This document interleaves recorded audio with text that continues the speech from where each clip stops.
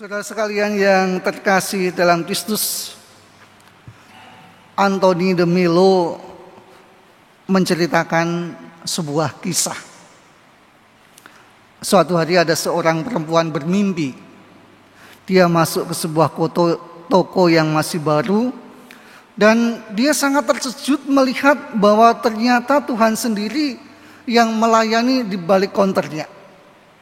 Perempuan itu bertanya kepadanya, "Apa yang Tuhan jual di sini?" Lalu Tuhan mengatakan, "Semua yang hatimu dambakan." Perempuan tadi berpikir, wah, luar biasa. Dia bisa berbicara langsung berhadapan dengan Tuhan.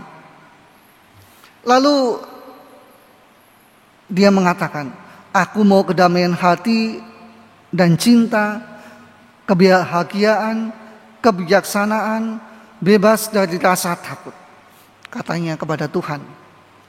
Dan lekas-lekas ia menambahkan, "Tapi bukan untukku saja, tetapi juga untuk setiap manusia di muka bumi ini." Lalu Tuhan tersenyum,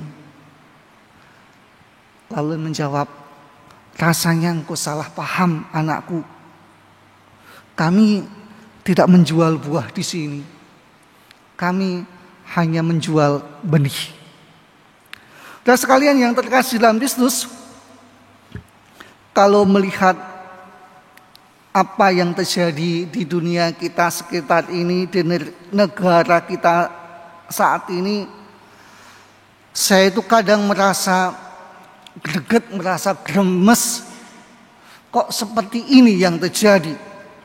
Dan perasaan yang sama pernah disampaikan oleh seorang analisis politik yang juga merasa gemes sekali dengan negara kita. Kenapa? Kita bisa melihat begitu banyak berita di koran-koran, atau kalau nonton di YouTube, di TV. Di situ kelihatan sekali ada banyak pelanggaran, banyak kejahatan. Tapi sepertinya dibiarkan saja. Gemes karena liputan tadi jelas-jelas memperlihatkan satu pembiaran. Sepertinya seperti pembiaran. Kekerasan terhadap minoritas, pelakuan tidak adil terhadap seseorang, kejadian salah tangkap, bahkan demo-demo yang berbau makar, pelecehan seksual, arogansi orang-orang yang berduit, dan lain sebagainya. Banyak contoh lagi. Kalau dilihat pelaku-pelakunya jelas, tapi kok tidak ditangkap-tangkap? Mengapa dibiarkan saja? Cari bukti apa lagi padahal begitu gamblang di depan mata.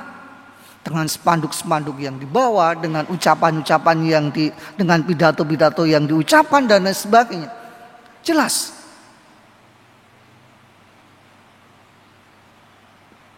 Semua benih lalang tadi sepertinya dibiarkan tumbuh merajalela. Kita kemudian merasa tidak berdaya. Ya, itu bukan wilayah saya, itu mah wilayah kekuasaan, yang punya kuasa. Lalu kemudian kita menyalahkan yang punya kuasa. Kenapa semuanya tadi dibiarkan saja? Nah, sekalian yang terkasih, di satu sisi benih-benih yang baik juga harus ditumbuhkan.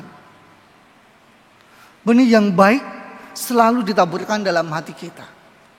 Tapi dalam kenyataan sehari-hari kita begitu banyak melihat benih lalang, benih-benih ketidakbaikan. Dan sekalian yang terkasih, hamba-hamba Tuhan ladang dalam perumpamaan yang disampaikan Yesus adalah para murid yang kurang percaya pada kuasa Allah. Karena Yesus sudah di sini, buat apa menunggu lagi? Mereka berpikir begitu. Maka mereka maunya sekarang juga mencabuti lalang tadi. Lalang yang hidup di antara gandum tadi.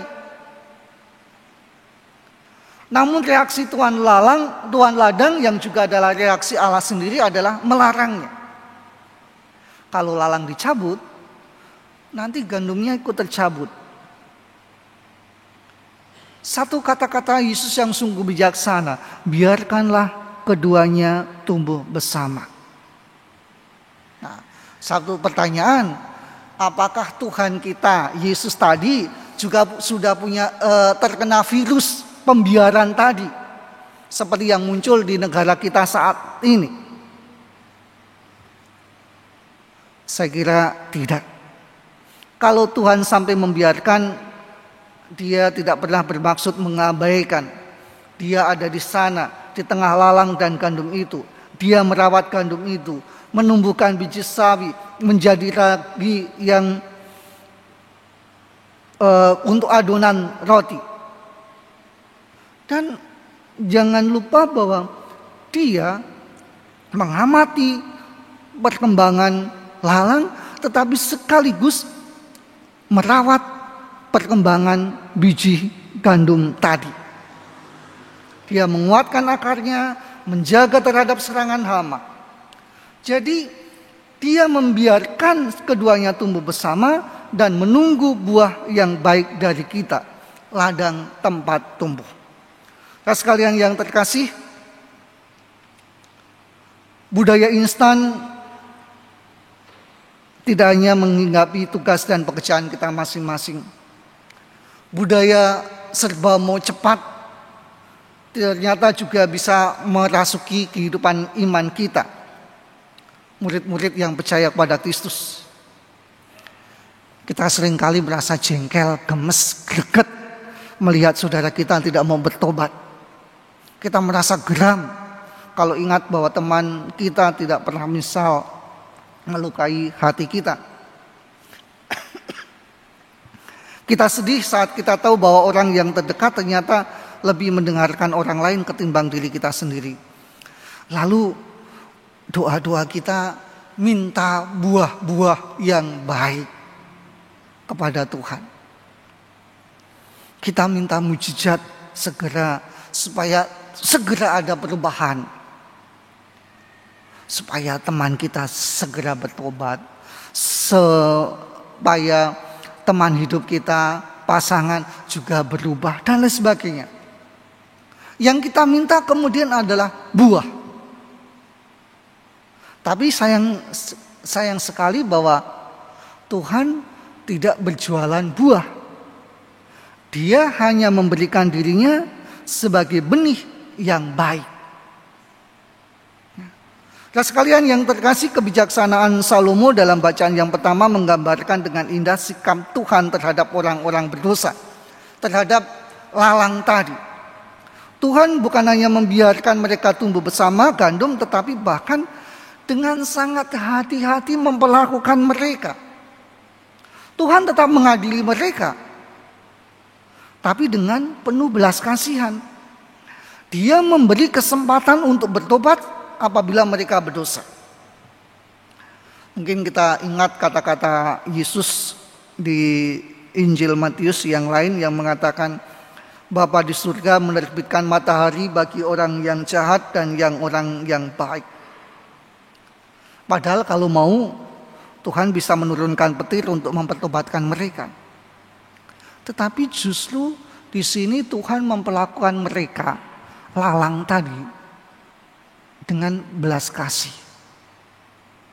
Nah, sekalian yang terkasih, salah satu kekurangan dari kita sebagai murid Kristus adalah seringkali kita kekurangan belas kasih.